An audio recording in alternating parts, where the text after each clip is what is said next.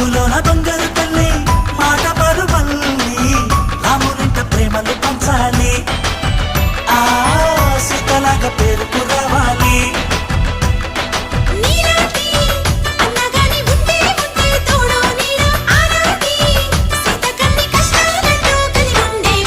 చెల్లిపోని బంధం